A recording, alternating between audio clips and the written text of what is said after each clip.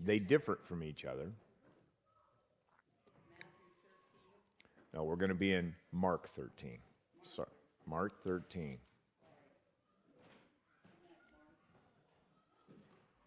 Yeah, second gospel. Dylan, when am I on? I'm on? Oh, wow. Good morning, everybody. Nice to know. Anyway, this morning we're going to be in Mark 13. We're going to be talking about the destruction of the temple and what Jesus has to say about it. And the question his disciples ask. In Mark 13, I'll read just a little bit. As Jesus was leaving the temple, one of his disciples said to him, "Look, teacher, what marvelous stones and magnificent buildings."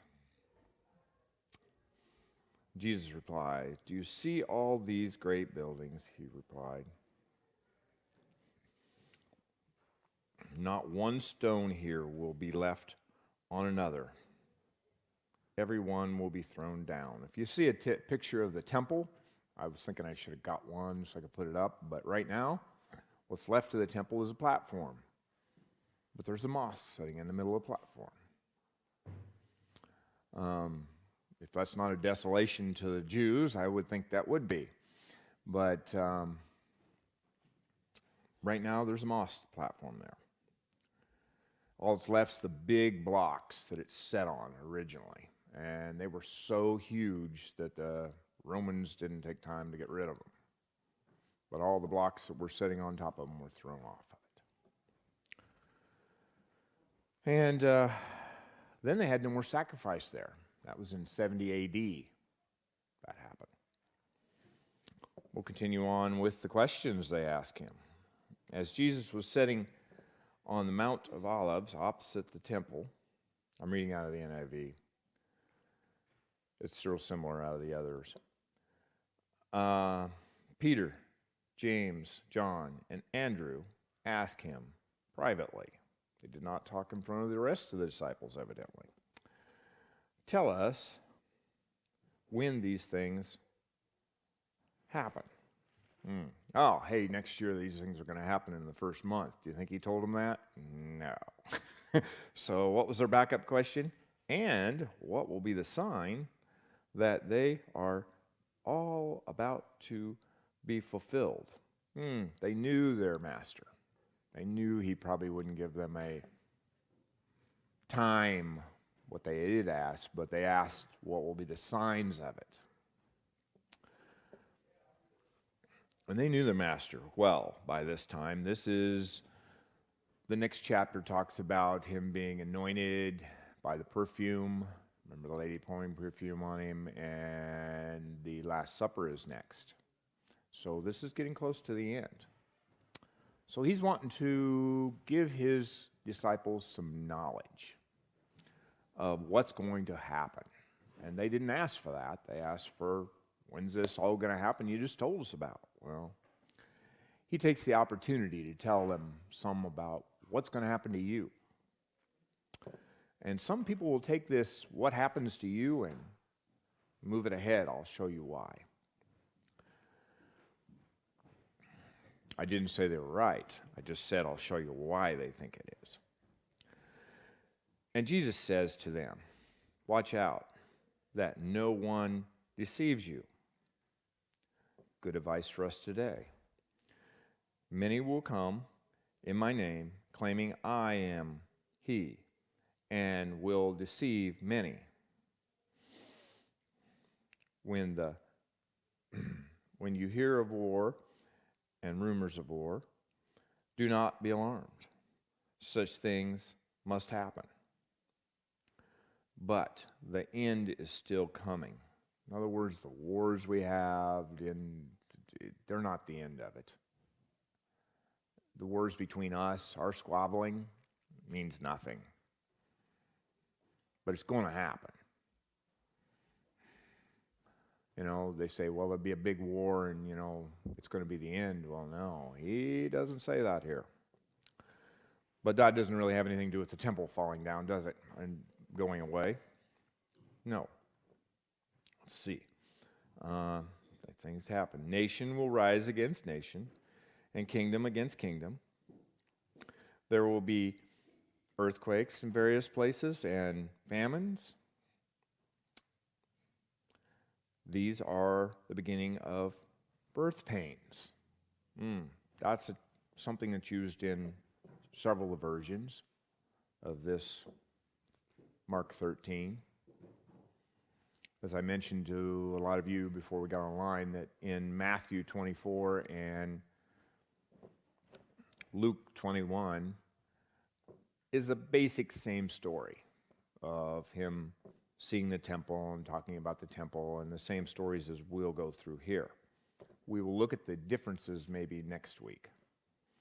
There are some differences. There's more added to it, and there are some differences I might point out today.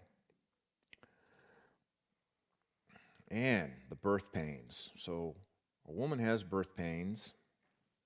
Something is born of it, isn't it? That's what he's talking about. Something's going to be born. Something's going to change. You must be on your guard. You will be handed over to the local consul and flogged in the synagogues. On account of me, you will stand before governors and kings and witness to them. Well, we know Paul did. Most definitely, and I'm sure they did.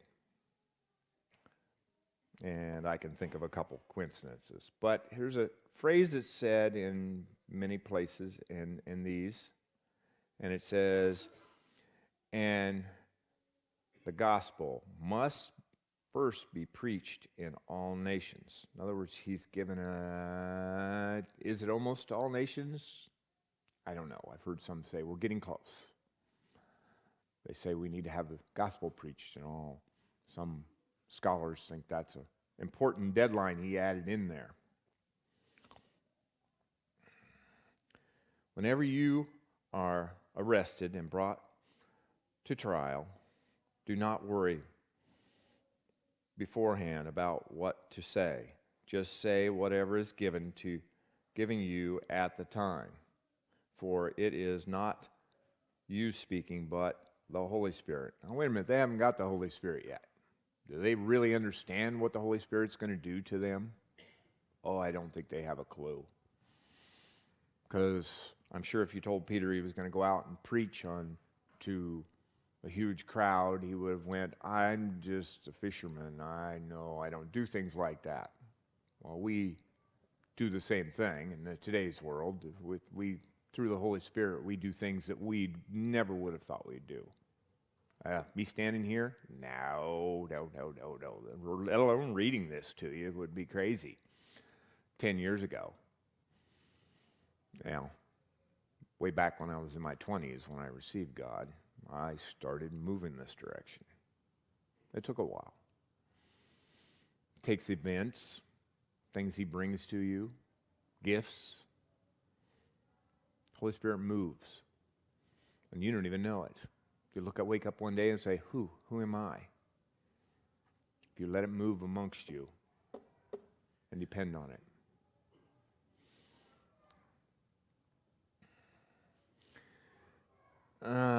Here's the end of the family unit. Has this became a thing? Is the family unit slowly disappearing? I'm sure it was going to start disappearing back then, but has it really disappeared in our days? It's brother will betray brother to death, and father his child. Children will rebel against their parents and have them put to death. Everyone will hate you because of me. But the one who stands firm to the end will be saved. Big statement. It's in here in a lot of places. It doesn't say that, I can be saved, and in the end I'm saved. Whatever I do in between doesn't count. Yes, it does. The race counts. And following God counts. Yes, we stray from time to time. We just ask for forgiveness from Him and say, I'm sorry, and we move on. I always like the analogy of the little boy getting ready for go to Sunday school. And his mom's got him all cleaned up. So she tells him, you stay clean, and you wait here on the step for me. I'll be out in a few minutes. No, he goes out and runs through the mud holes, gets all dirty, comes back, she walks out. Why did you do this? Well, it was fun. I'll get you cleaned up. We'll go again. God, He forgives us. But if the little boy goes out and stumbles and falls and gets dirty, he says, Mommy, I fell down. He says, that's okay. We'll wipe you off. But God is going to forgive either one. And sometimes I wonder, the one that immediately goes out and does wrong because he knows he has the capability of being saved in the next moment. Wow, his life might be asked from himself while he's out doing that. What is God going to say? You probably forgive him, but they say we gain things in heaven for what we do on the earth. You might lose some of that, I guess. I could look at it that way. It's not up to me, it's up to God what happens. Oh, I'm preaching, sorry. Anyway, let's move on to the 14 here. When you see the abomination that causes desolation, standing where it does not belong, let the reader understand.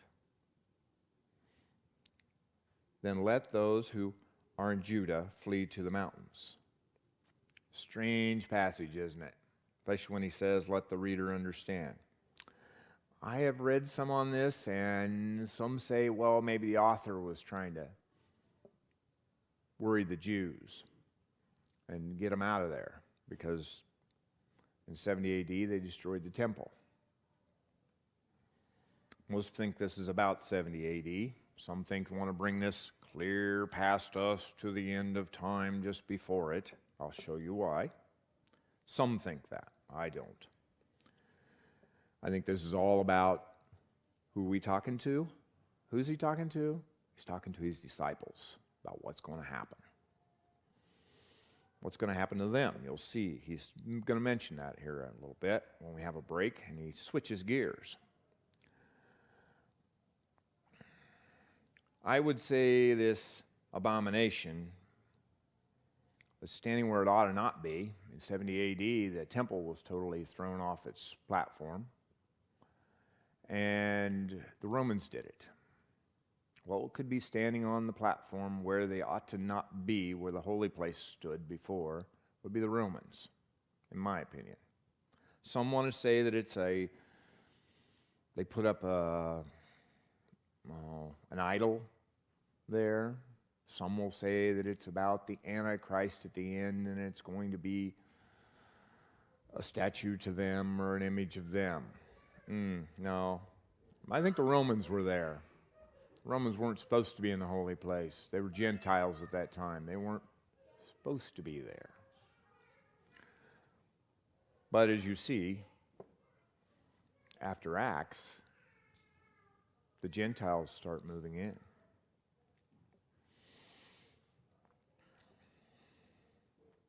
And, okay, this abomination, I'll look at that too. We'll talk a little about that. That is the abomination that's from Daniel. If somebody would want to look up Daniel 9:27. You want to do that, Matt? Okay. You want to look up 11:31? I want to look up 12:11. Oh, you're going to do that? Okay. This will be in Daniel. He's teaching his disciples. He always brings it back to, okay, this is what the prophets said. And he's trying to show them that it comes true. Daniel what? Which one? Okay.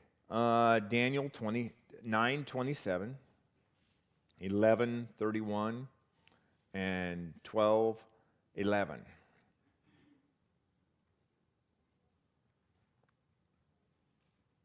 Trying to be more like a Sunday school class instead of me preaching and standing up here and just telling a story.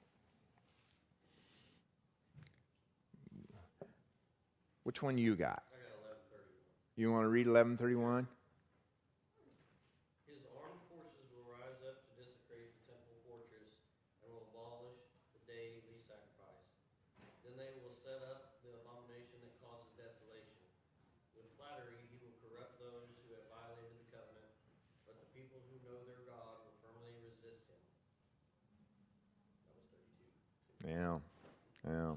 And it doesn't really tell what they're going to set up. It might have been one of their idols. They might have set one of their idols up there because they had many gods. Matt, you've got 9:27, right? Or have you got, which one have you got? I've got Daniel Okay, 9:27. 27.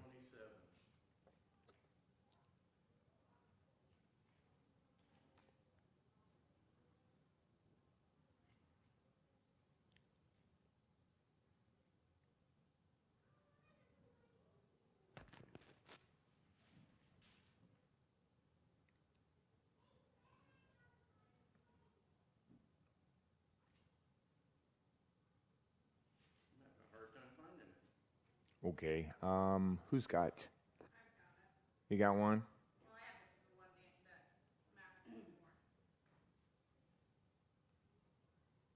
I've got it. Okay. Okay. He will confirm a covenant with many for the 7. In the middle of the 7, he will put an end to sacrifice and offering. And on a wing of the temple he will set up an abomination that causes desolation until the end that is decreed, until the end of that is decreed, is poured out on him. Mm-hmm. And who's got the last one?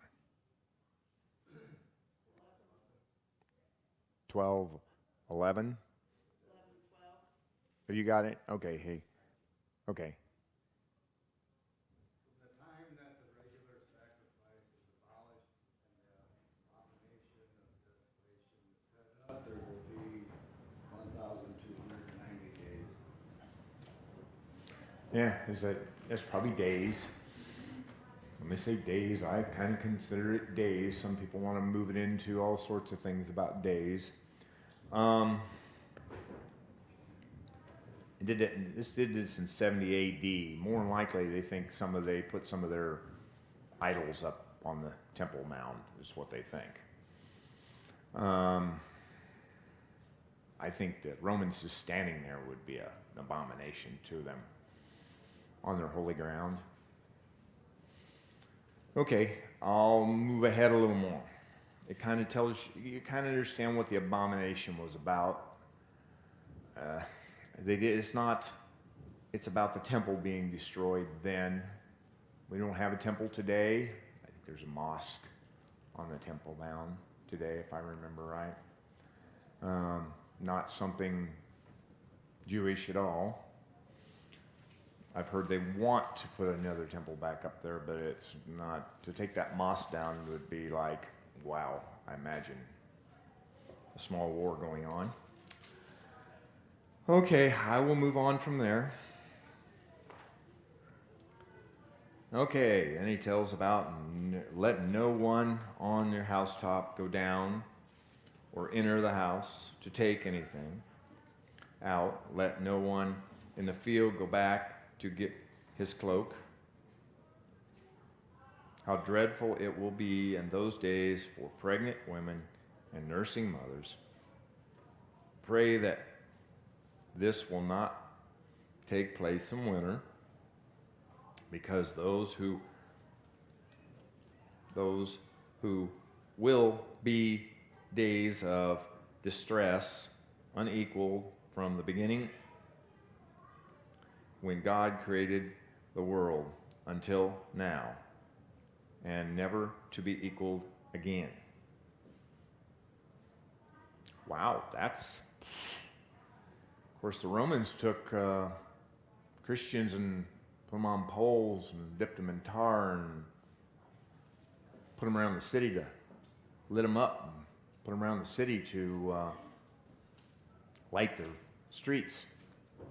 I would say they were under quite serious times of those times. Until God stepped in, and as we'll hear, he's going to cut short those days. Well, what cut short those days? The emperor found God. And they became a Christian nation. Not always, but they moved that direction. God moved in. If the Lord has not cut short these days, what did he do to cut short these days? He found the hearts of a leader and changed his mind. That's the whole thing. God can step in to a heart. He used many leaders in many countries. He said his forces came in. God used many times in the Bible different countries, different forces to do his will. Maybe not good people, but he used them to do his will. At that time, if anyone says to you, "Look, here is the Messiah," or "Look, there he is," do not believe it. For false messiahs and false prophets will appear and perform signs and wonders to deceive, if possible, even the elect, the saved. Here's a turning point. So, be on your guard. I have told you everything ahead of time. Now, who's he talking to right now? In the beginning, his disciples. He's just telling them, I've told you this before it happens. So this probably happened during their lifetime.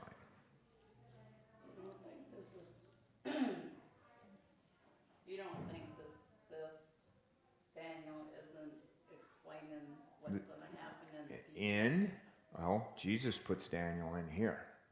Puts Daniel at this point in time. Because Daniel sees the future. Right, and this is the future to Daniel. Daniel existed a long time ago. Probably, by this time, probably 500 years. Before this. This is the future. This is Daniel's future. See, that's what most people want to take. They want to take some of that Daniel and move it so far ahead. This is where Jesus places Daniel. That's the thing about people. They have that thing that it's all going to be bad in the end, and we're going to have this big bad time just before the end. Daniel's placed here. Jesus puts Daniel here. That's the thing with the end. I'll show you. What does he say next? But these days following the distress. Wait a minute. After these days following distress is over. In other words, all this bad stuff's over. Well, I would say we're still in the bad stuff. We're still moving through similar things that they went through. But this is what he told them about. He's putting Daniel's prophecy here. He didn't say that all distress, there's an ending point in time here, that they're gone, and there's going to be a time between the distress. Now, if you look back at back in Matthew 24, it says immediately. Of course, I'm not sure what immediately means to God. You'll find out what generation means to God. What does a generation mean to you? Usually a generation means one lifetime, right? Well, generations used, I'm not sure that's not all our lifetimes together, as we are a generation of people. Because when I look up generation, it's not very clear. Nobody quite understands generation. They'll take it literally, or they want to take that generation, move it to the end, because they want all this to move to the end of time and have terrible times at the end. But I see him put Daniel here. So that doesn't put Daniel's prophecies at the end of time. It puts Daniel's prophecies here when the temple was destroyed. I mean, you got to remember, a lot of these ideas they have about the end times came out of the 30s.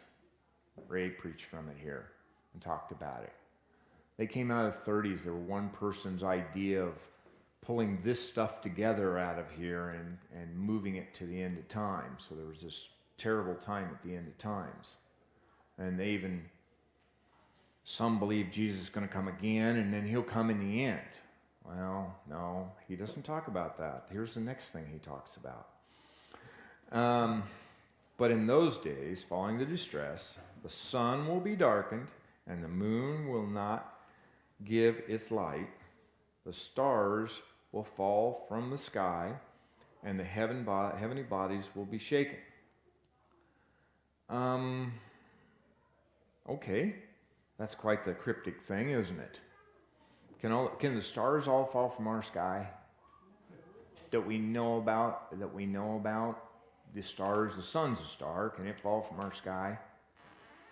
Well, if it fell from our sky, we would be a grain of salt, and then we'd go poof, and then we'd be gone, right? Why couldn't they fall from our sky? We have shooting stars, but what are shooting stars we know? Just little pieces of rock that burn up in our atmosphere. I'm afraid our science of today that he gives us tells us that. But our stars can't fall from the sky, but angels could. They could come from the sky. If you are a big Revelation fan, let's see, what chapter is that in? I personally think they can if God does it. Oh, yeah. And what are stars? That's the next question. What are stars in God's thought? Okay. Remember, some of this Bible's written. We look at the last chapter and we go, wow, that's terrible to understand. Well, if you step back to Ezekiel, he tells two stories. He tells a story of God's wrath on the Pharaoh of Egypt, because the Pharaoh said, I made the Nile, I'm a god. So he tells all the things he's going to do to that Pharaoh. In the next chapter, it says plainly in the beginning that this is the same thing against him, but told as a tree falling in Lebanon. In other words, the Pharaoh is a tree, Egypt is a tree, and it falls in Lebanon. They use other things when Jews tell stories. They will tell a story one way, they might tell a story another way, they might tell a story another way. So is this story here told one way in chapter 24 and 25 and told another way in 26 and 27? Could be. Because Jesus holds 7 stars in his hands. Most of you know that one. In Revelation, he has 7 stars in his hands, and he says, oh, these are the 7 angels of the churches. Wait a minute, that means stars equals angels? Well, did the angels fall from the sky? Well, what did Jesus say? Oh yeah, and I'll send his angels and gather his elect from the four winds of the ends of the earth to the ends of the heavens. that's quite the thing. That means the angels come down. Well, they come from heaven down to us. That's kind of a reference back to the 24 and 25. Do I understand all of 24 and 25? Absolutely not. I can't I would have to study a lot to understand each nuance of why he called it the darkening and whatnot. But in my heart, I think 24 and 25 and 25, 26 and 27 are just two stories told, the same story told twice. One comes out of the Old Testament to show that that is at this period of time, and the other is to come there. Now, in this, okay, this comes from Isaiah 13:10 and 34:4, where 24 comes from and 25. They are quotes out of there. If someone would want to look up those two. Isaiah 13:10 and 34:4. And I haven't got to the hour yet, and I'm going to run out of time.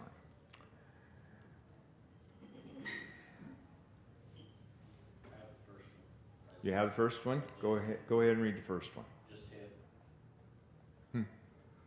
The stars of heaven and their constellations will not show their light. The rising sun will be darkened, and the moon will not give its light. Yep, there's part of it. And has anybody got 34:4?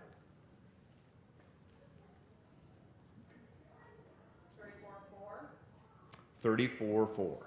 All the stars in the sky will be dissolved, and the heavens rolled up like a scroll. All the starry hosts will fall, like withered leaves from the vine, like shriveled figs from the fig tree. And that's kind of pointing out that passage, that's what Jesus was using there in that passage. So he moves some of Isaiah's prophecy to this time after. And it says Jesus is going to come in the clouds. Okay, well, Acts 1:11. The two angels were standing next to him and it says, "Men of Galilee, why do you stand here looking into the sky?" Jesus had just left in the clouds. This same Jesus who has been taken from you into heaven will come back in the same way you have seen him go into heaven. So he's going to return in the clouds. It tells he's going to return in the clouds. And I don't think I have time to finish part of it, but if you jump over into it's 1 Thessalonians, I got it written down here somewhere on this paper. 1 Thessalonians 4:16, Jesus returns in the sky. It tells who's going to come back with him. The Jewish population was worried they were dying because they didn't think they were going to last long enough to see him come back. Well, it was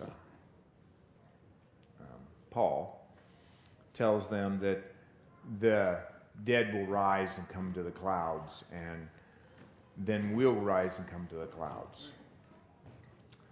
I think I'll talk a little more here. Let's move on to,